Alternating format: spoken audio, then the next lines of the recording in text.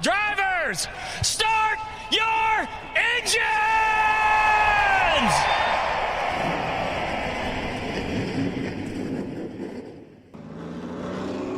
Yellow's out.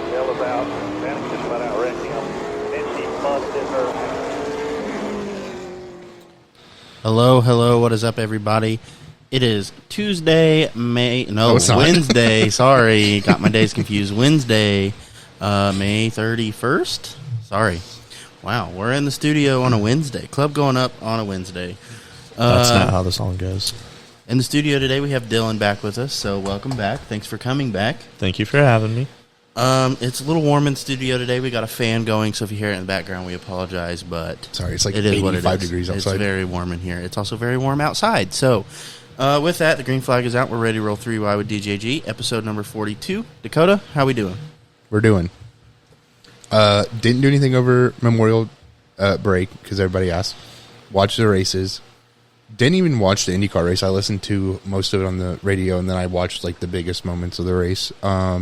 Coca-Cola 600 managed to somehow survive that because of rain. The Xfinity race was postponed until after the Cup race. It started right? at 9:45 on Monday night. So, yeah, I had to try to force myself to stay up to watch all that, but managed to get through. Other than that, didn't do a whole lot of nothing. Not bad. Sounds like How a good about time of relaxation. I did a little more than I planned on. I honestly don't even remember how the weekend went, to be honest. But I did grill some steaks while listening to the 500. Dylan came over. They were You good came steaks. over. Yeah. Sat around the fire, watched some dirt sprint cars, talked for a little bit, had a good time. Was that Sunday? That was Sunday. Yeah. Monday, had a little cookout. That was kind of it. But Monday, nice to have a day off work. And, yeah, just back to working. Race this weekend. Got to get the car ready. It's going to be a hot one. It's supposed to be 90. So I think I'm going to try to look up a way, try and find a water bottle with a straw or something, rig up a way to keep the water bottle in the car during the race so that I can try and get a drink under a yellow that we're going to have. So, Yeah. because it's going to be hot. Yeah. But yeah, I think that's mainly it. Dylan, how are you? I'm doing good. What were your takeaways from the first show? What made you want to come back? Let me ask you that. I just genuinely enjoyed it. Are you excited to be here? Yes, I am. We're excited to have you. I told Dakota and you actually that the D needs a X2 in front of it. D squared JG. Yes. There we go. Yeah, happy to have Dylan back with us. As you know from last week, Dylan's just starting to get into racing, so as he gets into it more and is watching more and understands more, he'll continue to add more and more input on things that we talk about and eventually bring some of his own conversation to the table, so we're looking forward to that. I guess to kick things off, we'll start with the 75th Annual Little 500, unless there was something anyone else wanted to add before we get started. It was a long race, as it usually is. It's 500 laps. I hit the table really hard for no reason. It was also very interesting, to say the least. Yeah, there wasn't really many wrecks, per se, but there was a lot of people that had trouble, and it ended up ending their day, and I think at one point there was only 2 cars on the lead lap. They ended up finishing with 3 cars on the lead lap. Yeah. But yeah, very interesting. Didn't they say only like 9 cars finished the race? 9 of the original 33 or something crazy? It was something crazy. But Jake Traynor, in just his second career start in a sprint car, won the 75th running of the Little 500 after passing Cody Swanson on lap 446. Caleb Armstrong followed in second after making a last lap pass on Swanson, who had finished third. Jacob Wilson, Logan Seavey rounded out the top 5. Many drivers saw early ends to their 2023 Little 500, including Bobby Santos III, Shane Hollingsworth, Brian Gerster. In total, there was 12 cautions, total of 120 caution laps. That sounds like our iRacing, some tracks. 1 red flag. 6 lead changes among 4 drivers, and the 500 Sprint Car Tour will make their way to Berlin Raceway on June 10th for their 3rd race in 2023. Also, it should be noted that I believe Jake Traynor won the race the night before at IRP. So very impressive feat for just a young 18-year-old. He was very taken back on the whole thing. Like, he hadn't processed at all. You could tell he was very exhausted when he got out of the car. I mean, absolutely gassed, which 500 laps, it's very grueling, I'm sure. But so congratulations to him. Hopefully he got his rightful celebration in after he kind of Took it all in. Took it all in and was able to rest a little bit, get some energy back. I couldn't imagine being 18 years old, your second career start, winning one of the biggest races of the season. I wish I would know what that's like, but winning the Little 500 as a rookie is insane. Yeah. I also wanted to throw out that, Caleb Armstrong, I really hope at some point can win this race. I know post-race he was talking about, he ran out of fuel running in second previously. And so, to be able to come back from that and still finish second. But, he's talked about having these issues in years past. So really hope that, he said, I hope I can get this monkey off my back. I'm really hoping the same too. It'd be nice to see one of the Armstrongs win. Had he not had that happen, I think he had the car to beat. Obviously, Swanson was quick, but something happened and his car kind of fell off very quickly. So, no, I definitely think Caleb's got this in the bag in the future. Who else? Brady Bacon had a rough night. Yeah. CJ Leary, I thought, had a very good opportunity to win it. I think another thing, if Leary didn't have problems, him and I think Armstrong would have probably went at it for a little bit. Let's see, who else? There were no. It was kind of the beginning was kind of iffy, just because they wrecked taking the green flag, which you start 33 cars 3 wide on a little quarter-mile track. I think that's bound to happen, but so I think it sucked from a viewer standpoint, because after that they go to single file restarts, so you didn't really get to see the true start to the race. And another thing, which I don't necessarily like, I'm sure there's a reason for it, and I don't know if they do this in the Indy 500 or not, but if there's a lap car in between, so say like first and second, yellow flag comes out, but there's a lap car in between them, that's where you start once the green flag drops. They don't take time to send you to the rear. Where you are when the yellow flag comes out, that's where you start. Which I just think, is interesting, because that's not something that we do here in our discipline of racing. So I would agree with that. I think it is an interesting approach.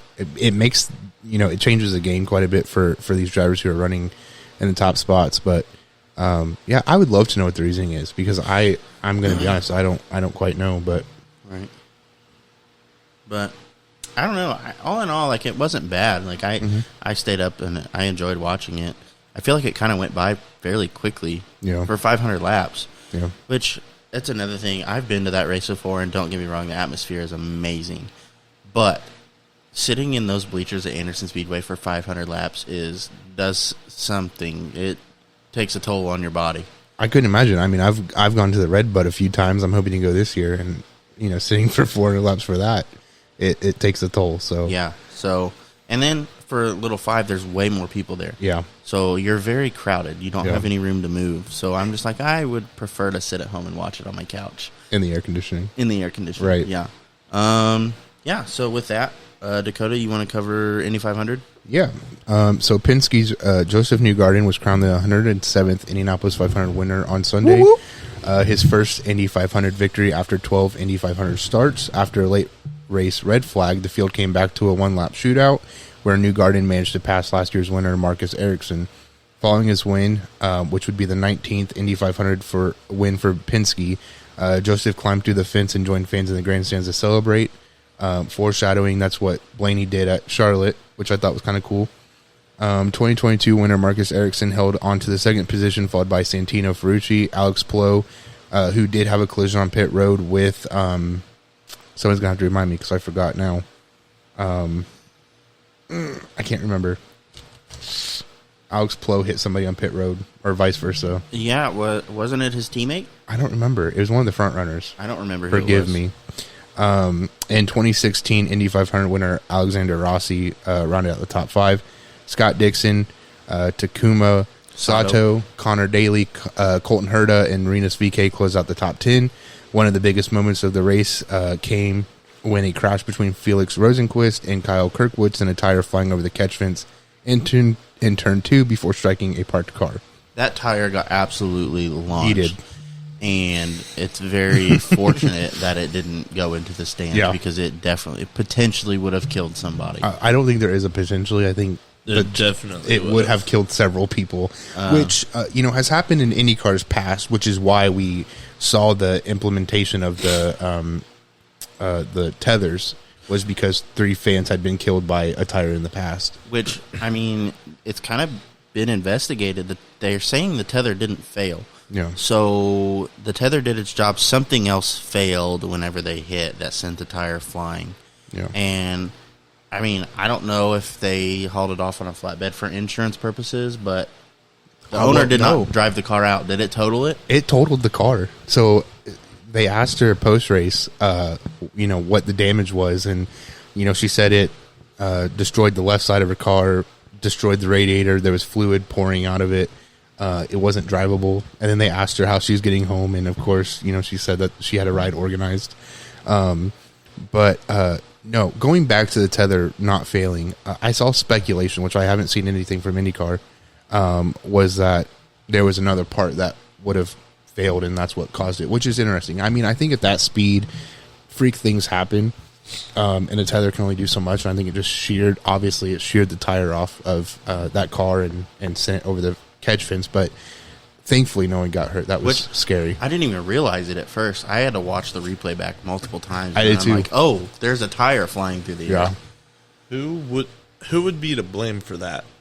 Just a freak accident? Yeah, nobody, because I think most tickets, like when you purchase a ticket to a racetrack, you're basically signing an agreement knowing that there's a possibility you're in danger. I don't know for sure how that process is approached from a track's perspective. I'm not sure, but I think that's something you like when you purchase a ticket. Mm-hmm. That's like you're assuming the risk. Yeah. I will say there were comments made. I think they said one fan was sent to the infield care center with minor injuries due to other parts flying through the catch fence. But it's scary. I mean, I'm sure the track would take care of it. I mean, where was it?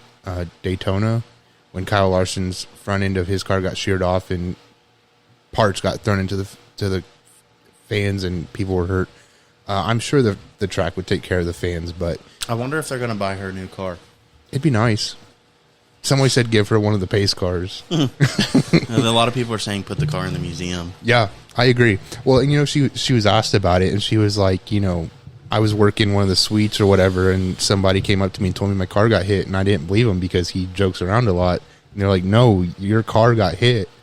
And it's unfortunate, but I hope they do take care of her in that way and give her a new car and all that. But thankfully, again, nobody got seriously hurt. I want to point out another thing before we move on to the bigger controversy here. But it was funny because people were talking about the ending and how Joseph Newgarden was basically full speed ahead, lined up to go down pit road. Yeah. And everybody's like, that's so dangerous. That's so dangerous. I thought it was cool. It's mainly F1 fans. And I think it's funny looking at people on Twitter. They're like, oh, when F1 fans finally realize what racing is. Like, yeah. They're surprised to learn that other disciplines of racing actually have action. Yeah. It did confuse me when he did that, though. Which I explained it to him. It all has to do with, like, these cars are big and aero, and if you get behind someone and you get in their draft, you'll pass them like they're sitting still. I believe IndyCar also does have push to pass. They do. So that's another thing that plays into effect. So if you can avoid them getting in your slipstream, your draft, there's not a whole lot. They don't gain as fast on you. Also, it's... you have to save your push to pass. So if you're in a situation like that, you can use it. So what push to pass does is it they push a button and it changes something on the arrow, so they essentially go faster. But they are limited on how much they can use per race. They use it like they're allowed X amount of seconds per race or something like that. Yeah. So, which to your point, those are big topics, especially during the Indy 500, where they'll keep track of how many seconds of push and pass drivers have left when they use it. Especially the breaking of the draft. Every Indy 500 I've watched, you'll see drivers in the closing laps swerve up and down the track just to ensure that the car behind them can't catch that draft. So those are big things, which I think is cool about the Indy 500. It's a long race, so you have a lot of strategy. You also got your push to pass. You got catching the draft. The front runners trying to break that draft. So it is a big strategy game, which is what I love about it. So I believe I also heard that they were 5 wide at one point, which blows my mind. I wouldn't doubt it though, but yeah. But anyway, we'll move on to the bigger controversy at hand here. So, excuse me. With 5 laps remaining, a multi-car wreck involving Marco Andretti, Ed Carpenter, Christian Lundgaard, Graham Rahal, and Benjamin Peterson brought out the caution before race control decided to halt the race with 2 laps remaining. Following the race, Ericsson spoke with the media where he voiced his displeasure of the race's conclusion. I don't think it's safe to go out of the pits on cold tires for a restart when half the field is sort of still trying to get out on the track when we go green. He went on to say, I don't think it's a fair way to end the race. I don't think it's the right way to end the race. Tony Kanaan shared his opinion, saying, the biggest complaint we have every year was we shouldn't finish the race under yellow. That's going to hurt someone. Actually, 33 guys are pissed right now, and 1 guy is happy. That's the reality. Roger Penske, series and track owner, as well as Ferrucci, also shared their support of the decision to race to the checkered flag. Penske said, we have a group that is certainly the officials on the track, and to me, we've said this before, I think all of you have said, we want to see the checkered flag, not a yellow flag. Ferrucci simply said, I don't mind what IndyCar did. I think they did a great job.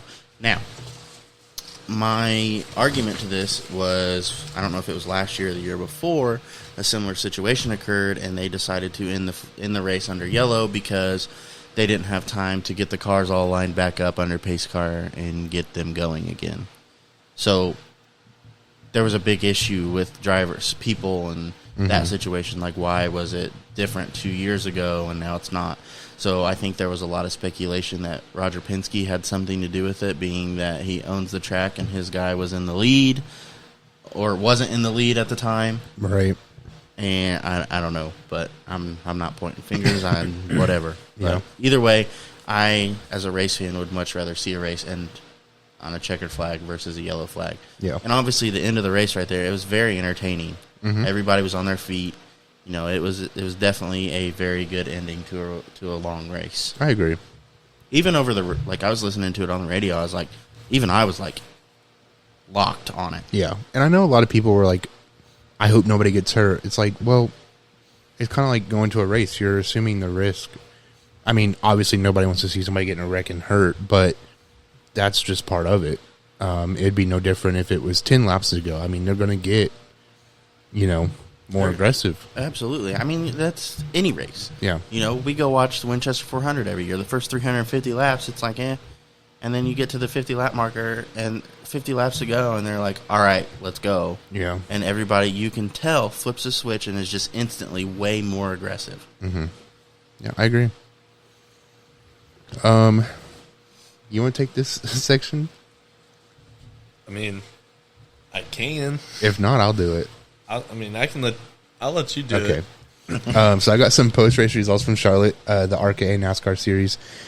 In the ARCA series, Jesse Love finished first, followed by Dean Thompson, Taylor Gray, Grant Enfinger, Andy J., Frankie Muniz, who continues to have strong finishes, Andre Perez Delara, Christian Rose, Connor Mozak, Jack Wood. I was right the first time. In the truck series, Ben Rhodes grabbed the win, followed by Corey Heim, Dean Thompson, Carson Hocevar, Grant Enfinger, Christian Eckes, Ty Majeski, Matty D, Nick Sanchez, and Taylor Gray. Xfinity Series and Cup Series was a very long weekend for those guys, but Justin Allgaier managed to grab the win in the Xfinity Series, followed by John Hunter Nemechek, Cole Custer, Austin Hill, Ty Gibbs, Parker Retzlaff, Jeb Bush, Jeb Burton. I'm just kidding. That's going to be a running joke from now on. Carson Hocevar, Brandon Jones, and Sammy Smith. In the Cup Series, Ryan Blaney grabbed the win. Finally. Followed by William Byron, Martin Truex Jr., Bubba Wallace, Tyler Reddick, Kyle Busch, Ricky Stenhouse Jr., Cole Busher, Austin Dillon, and Zane Smith. Didn't put a lot of notes about the overall weekend. Obviously, like I said, the Xfinity and Cup Series. It was kind of a mess because it was a lot. They started the Xfinity race. Dylan was texting me updates because I was at the parade. He's like, they've been running about 30 laps, pull them off, drive the track, run 30 laps, pull them off. So they got about 50 in. I think they were on lap 49 of 200 whenever they came back after the Cup race. The Cup race was, I believe, delayed at one point. Yeah, I believe so. Well, don't quote me on that. So it was just not a good weather weekend for racing in Charlotte. Pissed me off. Well, and the broadcast was making a good point too. Like, these guys had to be gone because they have a West Coast swing coming up. Luckily, a lot of the race they're in Charlotte, so it's like they were letting them leave, go get their next cars, and get everything ready for that. So that was nice, but. No, first want to give a big congratulations to the Penske team for doing this, getting the sweep. I don't know how it's possible. Like, Tony Stewart's done it. Larson's going to do it next year. Go run both races in the same day. Like, it's just, which Tony was talking about it, how, they're two entirely different races. You have two totally different mindsets, two totally different strategies. And so basically there was a weather delay or something at the Indy 500, but he was in the lead, so then he was in the lead, and they came over the radio and were like, "What are you going to do?" He's like, "I'm not leaving Indianapolis Motor Speedway in the lead of the Indy 500." Yeah. So he ended up finishing third or sixth in that race. I think it was sixth in that race. Flies to Charlotte. And he was talking about how on the plane, you get your IV, you get reset. Yeah. And then you go run 600 miles at Charlotte, and he finished third in that race. It was either that or it's vice versa. I don't remember. 6th and 3rd or 3rd and 6th. But either way, very impressive on Tony Stewart's part. So I hope to see Larson have some of the same success, if not better. Because if you've ever listened to Tony Stewart talk about Kyle Larson, he speaks of him very, very, very highly. Yeah. He's the greatest. Clint Boyer even talks very highly of Larson. I think a lot of people realize he's very good at driving. A lot of people say, he's the greatest of our time, and I certainly would agree with that. But it would be interesting, I hope he does well in both races, but it is interesting to consider, the possibility of weather delays and things like that. It's like, obviously I don't see Kyle leaving Indy if it came down to it. But right. I wouldn't. That's a big race. Yeah. So another thing I want to talk about before we get into other things, Bubba Wallace and Eric Almirola during the red flag. There was some words. Eric shoves Bubba. It was explained that Bubba passed Eric on the track and flipped him the bird, and so Eric was over there asking him why. Bubba started cussing him out, so he shoved him. So I would like to know what that was about. Yeah. Because at first glance, obviously, there's two sides to every story, but as of right now, it just seems like he did it to do it. Yeah. I'm not accusing because I don't know. I wasn't there. I don't know if there was an incident before that. Maybe they were rubbing too much and Bubba didn't like it or what have you. But I still want to say Bubba finishing, P4? Another solid finish for Bubba. Yeah. So, he still gets so much hate. Everybody's like, you shouldn't be in NASCAR. I'm like, he's proving he belongs here. Yeah. Whether you like him or not. Yeah. He's proving his worth in NASCAR. And that's my point, too. You could talk about everything else that you dislike about him, but you can't really hate on him for his performance when he's putting up decent phenomenal results. Yeah. I agree. I will say the truck race was probably my favorite race out of the whole weekend. I'm sure weather probably played a role in that, but I enjoyed watching the truck race more this weekend than the other two. I thought the racing was phenomenal. I forgot, crazy because time goes by, but I forgot how great of racing it is at Charlotte. Watching the truck race, I was like, holy shit, I forgot about this. So we need to go. They have the condos. Yeah. And I looked on VRBO, Verbo, whatever you want to call it. Now, I couldn't find dates for this race next year. I don't know if they just weren't available yet or if they were already booked or what. So I'm assuming prices are much, much higher for this weekend. But the average price of the room or the condo per night was like $271. So I think that would be so much fun. Oh, I think it Literally would be be in a too. condo, Well, watch the race from your condo. yeah, Dirty Mo Media does something like that where they have like the all access fan experience where you pay all this money to go to these certain races. I think they did one at Charlotte, and they bring you into a suite and you get to meet the guys from Dirty Mo and all that, and then you get to watch the race and all that stuff. I think that'd be kind of cool to do It'd too. be awesome. Just like take a bunch of people and just hang out. Yeah, and I want to say it was like a 2-bedroom, 2-bath. They're nice. They're very nice. I don't follow the guy, but there's a guy on TikTok that has one, and Yeah. he lives there all year round. It seems like so. They do seem like nice. It's like it looks like an apartment, and then you like walk down these stairs, and it's like a viewing platform with like a couple it's rows of literally seats. like you're in a suite Yeah, at the track. yeah. It's just you can live in it. Yeah, it's so cool. Yeah, I agree. All right, let's get into the nitty gritty of the weekend. I'm excited to get into this. You want me? Who All wants you. to take it? Okay, All you. awesome. With 15 laps to go in stage 2 of Sunday's race. Well, this would be Monday's race, I guess, right? Yeah. The weekend's race, the Cup race. Denny Hamlin stood up the track, forcing Chase Elliott up the track and into the outside wall. Elliott then made contact with Hamlin, right hooking him, causing him to hit the outside wall nose first. Very hard hit. Very Did hard. you see the in Yes, in the car? in-car was vicious. After leaving the infield care center, Hamlin made the following statements. He right rear hooked me down the straightaway, the same thing that happened with Bubba and Kyle last year. He went on to say that it's a tantrum and he shouldn't be racing next week. Right rear hooks are absolutely unacceptable. I don't care. Exact same. He shouldn't be racing. It's a tantrum. Hamlin would later take to Twitter, posting data from Elliott's car showing that he did intentionally wreck him, allegedly. Elliott denied intentionally wrecking Hamlin when speaking with media, but did say the 11 ran us up the fence there, and once you tear the right sides off of these things, it's kind of over. When asked if he had retaliated, he said, once you hit the wall on these things, you can't drive them anymore. So unfortunately not, no. Just an unfortunate circumstance. A NASCAR spokesperson, at the time of writing these show notes, confirmed that the sanctioning body would be investigating, but no further comments had been made. Hamlin spoke about the incident later on his latest podcast episode of Actions Edmonton with Denny Hamlin, reiterating that Elliott intentionally wrecked him and that he should be suspended. As of yesterday, NASCAR announced that Chase Elliott would be suspended for one race following his actions on track at Charlotte. Following the announcement, it was announced that Spire's Corey LaJoie would be filling in for Chase at Gateway. Carson Hocevar would be making his Cup Series debut, as he will be filling in for Corey LaJoie. Which is very odd because a lot of people thought that it would have been Matt DiBenedetto Yeah, filling in for Chase. I would love to know the reasoning on. Not that I care, but it's just interesting to see, because a lot of people are saying, it's interesting to see them pull another full-time Cup Series driver to fill their seat and then pull somebody else up. I also saw some people joking about Carson Hocevar being somebody who right hooks people all the time, making his Cup Series debut because of that. So it's all going to be interesting. And obviously for those of you who might be like, well, why not Josh Berry?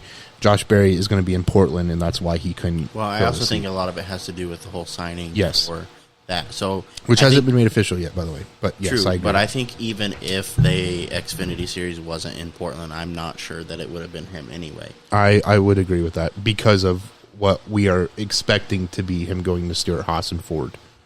I agree. So, yeah. Which there was also a lot of controversy thinking that Brad Keselowski got into Chase, forcing him into Denny's right rear. But I don't know. It's like I think it was determined that contact with Brad only happened because Chase cut down onto Denny. Mm-hmm. But watching the replay back in full speed, you're like, oh, I don't know. Well, so I did put some reactions from some people in here. I guess we could cover that first and then kind of go into what we think or whatever. But Bob Pockrass had tweeted that he believes there was slight differences between the two wrecks, but says that there is precedence for suspension. Corey LaJoy, which makes me think he only said this because he probably knew he was That's filling what I the was seat. getting ready to ask. Do you think that played a role into his response here? Knowing what I know now, probably. Corey LaJoy went on SiriusXM NASCAR, I believe, is where he said it, and said he does not believe it is the same thing as Bubba and Kyle, but said that it's not a good look for Elliott. Went on to say that Elliott should not be suspended, but behind closed doors, it's like, please do, so I could fill in the seat, whatever. Dawsonville Pool Room subtweeted Denny today the data that he had shared and said, serious question, looking at the throttle and brake data, wouldn't you want to stand on the throttle and drive through that person to hook them, not be off the throttle and hard on the brakes, hard enough that the tires on the 9 were locked up? Brad Kay was asked about it, and he was asked about his perspective, and he said that it all happened so fast, and he could not tell whether Elliott had intentionally wrecked Hamlin. I think it was intentional because I watched the video back multiple times. You see him hit the wall, correct it, straighten it out, and then hook in. And I think Elliott knew he could be suspended for it, so he obviously didn't go full throttle into him, so that way it makes it look like an accident. Yeah. I'm going to play devil's advocate here because, which you wouldn't know this, so sorry. But Ouch. when you hit the wall in these cars, it bends or breaks the rear toe links, which causes the rear end to kind of walk. Now, you have seen situations, I know you have, I'm not sure you have yet, where they bend or break the toe link and the rear end will stay stable for a minute and then it wants to like jump out. Yeah. So potentially if that was the case, which I'm sure that's all been determined now, Yeah. but my initial thought was, okay, he broke a toe link and the rear end was stable and then all of a sudden it wasn't, which caused the car to hook left. Which I will say that's exactly what I thought had happened too, because if you watch the replay, his car, damn it, he gets the car straightened out and then it looks like it snatches left. Maybe that's not the right term for it, but you know what I mean. It goes left into Hamlin. Hamlin posted the data saying, no, you could tell if it was broken. So it's interesting to see all that. And then Hamlin made the good point that, you know, he drove it straight all the way back to the pit road. So, That's true. What I don't understand is maybe Chase is over Denny and he just said, fuck it, I'm going to take you out. Which he did say that Denny put him up in the fence twice in the last 4 laps. So yeah. So, you know, I could see maybe a side of it where Chase is just like, fuck you, I'm done. Wrecked him. I wonder if playoff standings was going through his head at all. There's no way, because if it was, he wouldn't have done it, because he was not in a position to do that as far as the playoffs go. Right, and you had a lot of people say, well, you know, this isn't good for his playoff attempt, trying to get into playoff contention. Especially after missing races. He has to get another waiver signed stating that he is eligible to try to get into the playoffs. Yeah. So, I mean, I agree. So it's like, I wonder what was going through his mind when all this happened, because now he's 81 points behind the cutoff line. He's not in a good spot to be in contention right now. You're now suspended a race, and you know, I know people are like, well, Chase Elliott fans are psychotic, which I have seen some crazy fans from everybody. But this isn't becoming of, in my opinion, and I love Chase, but this isn't becoming of, you know, NASCAR's most popular driver. It's not becoming of a past Cup champion. Like, not something I would ever expect from Chase to just intentionally wreck somebody like that. So it is interesting to think about, you know, where his mindset was at the time. Like I said, I'm sure he's tired of Denny all the time about things that other drivers do to him. Danny has done just as much. So it's just interesting to see. But then it's also like I was saying about today too. It's like it's interesting to see Denny get something given back to him, but Ross Chastain has still been off scot-free. So that's also interesting to me too, I will say. yeah, I'm not sure why nobody's messing with Ross. Right. I have Not now, because I don't think Ross has done anything in the past race to do anything that No, would but it's deserve like that. people remember things. Yes. So it's like, hey, you remember that one time like 6 races ago? Right. But you would think like this would have been a reaction to Ross at some point in the last 5 races where, you know, he could have gotten wrecked intentionally because of this. Another point was too that I wanted to make that I just brought in my mind was, you know, I saw people today on Twitter saying, you know, Denny Hamlin openly admitted to intentionally wrecking somebody, and he was only fined 25 points and some money. I do want to say that while that that's not apples to apples. That's that's so far off. He drove somebody up the wall, whatever. He didn't right hook somebody. That's a big no in the sport, and we've seen where things like that have literally killed people or seriously injured people. We watched that a couple years ago at Five Flags in the trucks, and it absolutely destroyed the truck that got right hooked. That kid was lucky. Somebody else posted, there was a wreck at Charlotte years ago. Blaze Alexander was right hooked, not intentionally. It was an accident. He hit the wall head on, very similar to Denny Hamlin, and he unfortunately passed away from his injury. So we've seen that these incidences can kill people, and that's just not acceptable. I agree with Denny there. It's unacceptable. I will say, Hunter showed me the replay of it because I was oblivious to it at the time, and I said it looked just like Kyle and Bubba. It looked almost identical in my opinion. So, yeah, while I hate to see him suspended for it, I think it's well deserved, and it's just unfortunate. It's not something that I thought he would do. I thought he would be smarter. I never thought I'd see it either. Smarter than that, but I guess everybody hits their limit with people, and that's the truth. Yeah. That is the truth. All right. So I have a quick question. Sure. I have a quick answer. Well, it's probably Daily not. Double. Jeopardy reference. Anyway. What is? Shut up. How do points work? Nobody knows. Well, you have your stage points. You get points for finishing the race. I will say, we've talked about this in the past, Jarrett and I. It can be very complicated at times. But that's how points work. Usually if you get penalized, you get docked points. It pushes you back, obviously. But I guess that'd be my short and simple answer. Yeah, so they break it up into stages, the top 10. Yeah, so stage points. First place of stage 1 and 2 would get 10 points, 9 points, 8 points, 7 points. And then you get points based off of your finishing position. Finishing. Then you get into the playoffs and everything resets, Yep. right? Everyone's on the same level. And then you get your stage points. Stage points still matter in playoffs? I believe so. Yes. But it comes down to you get points for it. They make it look like you get points for passing people, which technically you do because it boils down to finishing position. Right. But they'll have they'll show it during the race. Like, here's the cutoff line. This driver's 4 points below. This driver's 4 points above. And they're 8 positions apart. Well, if this guy down here gains 5 positions, this guy's still in front of him on track, but this guy's ahead of him in the points now. Okay. Yeah. So it gets very technical sometimes. It gets more technical, in my opinion, when you get playoff time. Then it's, everybody has to do quick math to see who do I have to pass to beat out this guy. And essentially, like during the regular season, it's kind of a win and you're in type deal. Mm-hmm. But, last year especially, there was so many different winners that they were like, well, we don't know. Just because you win a race, you're not necessarily going to be guaranteed a spot in the playoffs. All right. So, is that it? As far as that's all I had to say. Well, do you want to get into the Chase Briscoe penalty now or later? Yeah, go ahead, because you Okay. know more about it than I do. So Briscoe's car was one of many that were sent to R&D following Charlotte, I believe. This was announced earlier today. After being sent to R&D, NASCAR found that the engine panel duct, which is the under-assembly of these cars, on Chase Briscoe's car was counterfeit. It was allegedly a part that Stewart-Haas Racing created and passed off as real, which even include labeling that would come on a real part.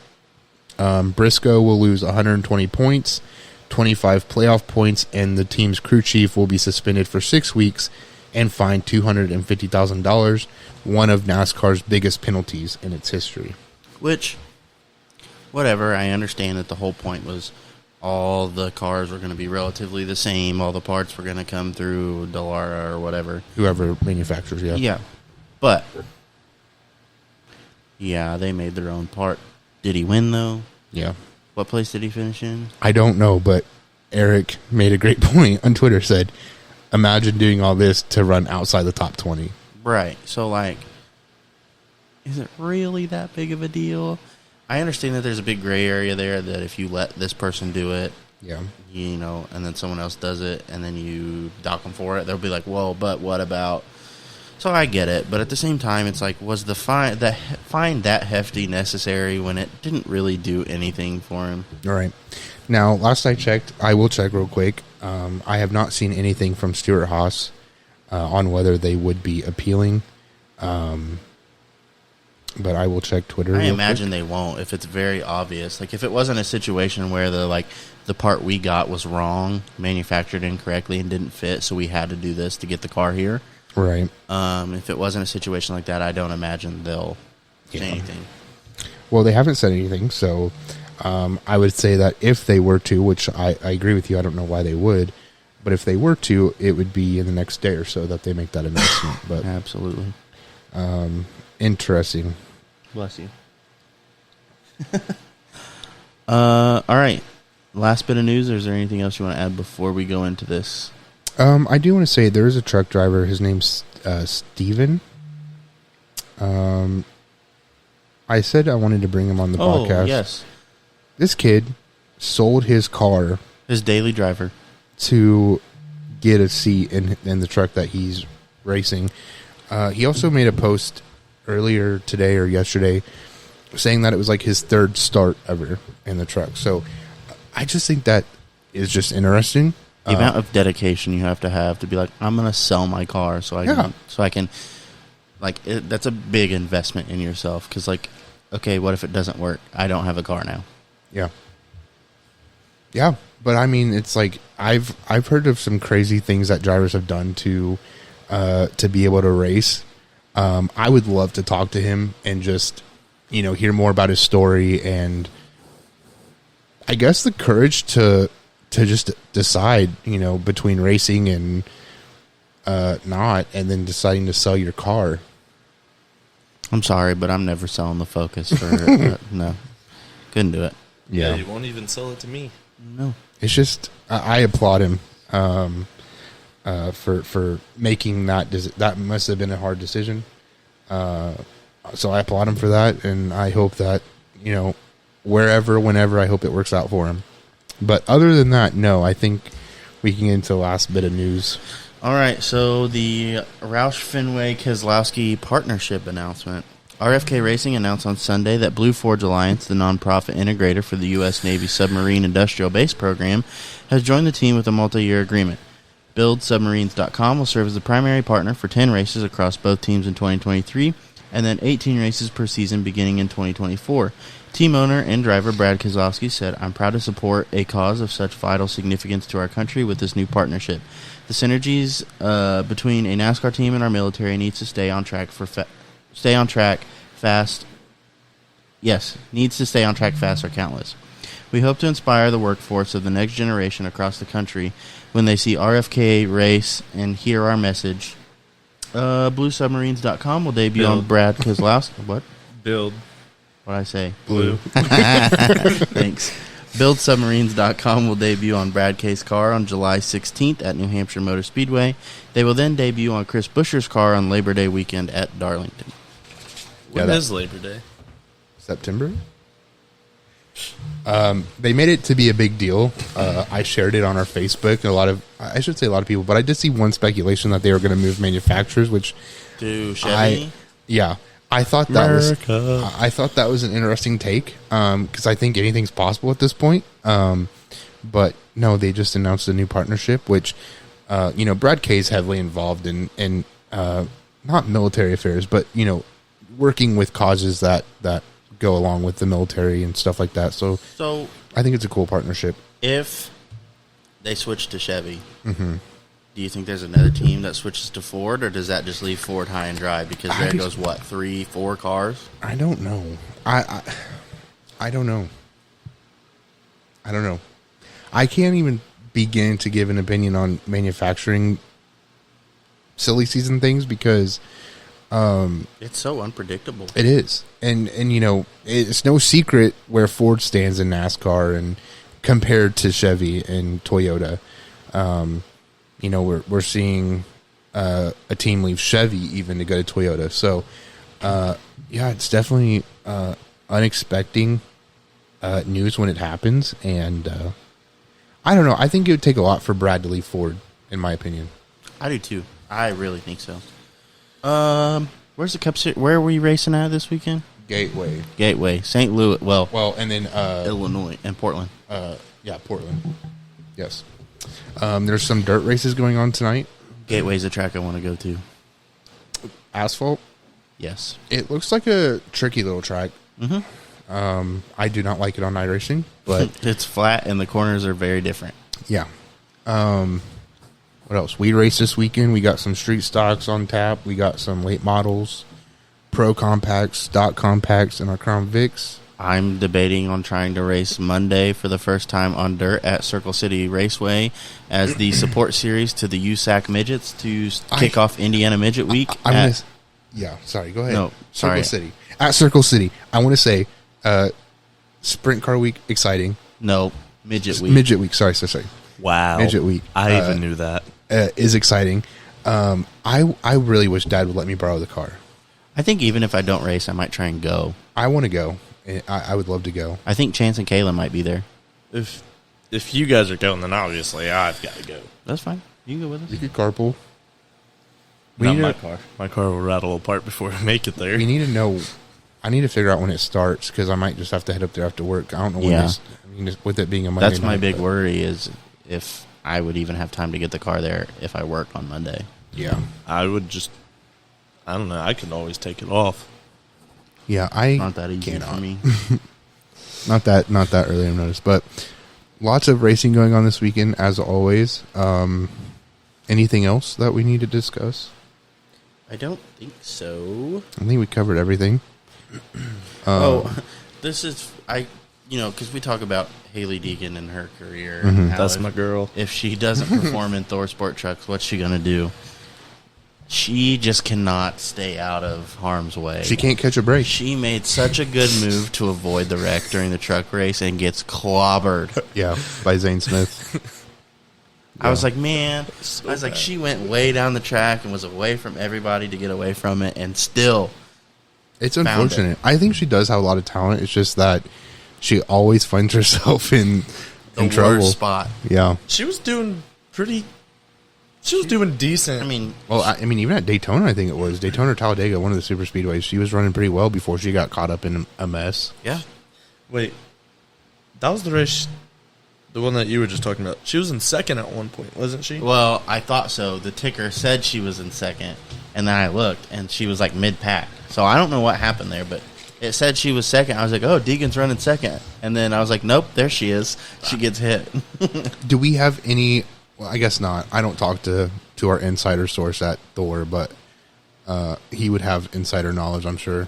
I don't know. I've never. He was asked included in her vlog, which I thought was cool. I was watching it Which one? when she went to Thor for the first time. Oh, yes. And met all the I team. thought you were talking about another one. No, I watched that one when it came out, and I was like, "Wait, I know him." So I had to rewind it a couple times to make sure I wasn't going Yeah. crazy. That Leonardo DiCaprio meme. Yeah, it was crazy.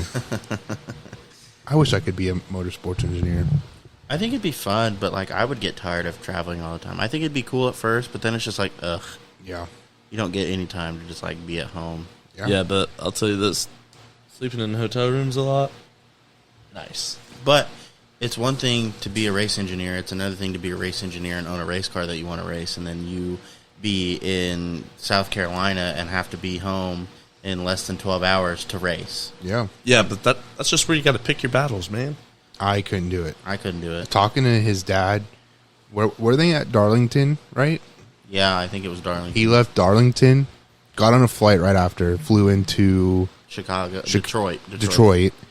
had to get on another flight to Indy. Only had like 3 or 4 hours of sleep.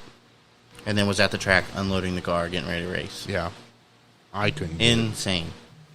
But, gosh, I don't think there's anything else. I really don't either. Not a super long episode this week. Nope. But anyway, we'll be back in the studio sometime next week. If I race Monday, I doubt it. We will be here Monday. Well, I don't know if we'll be here Monday anyway, if we plan on going to the race. But we'll have updates from Mount Lawn, maybe some updates from Circle City. And yeah, we will talk to you then.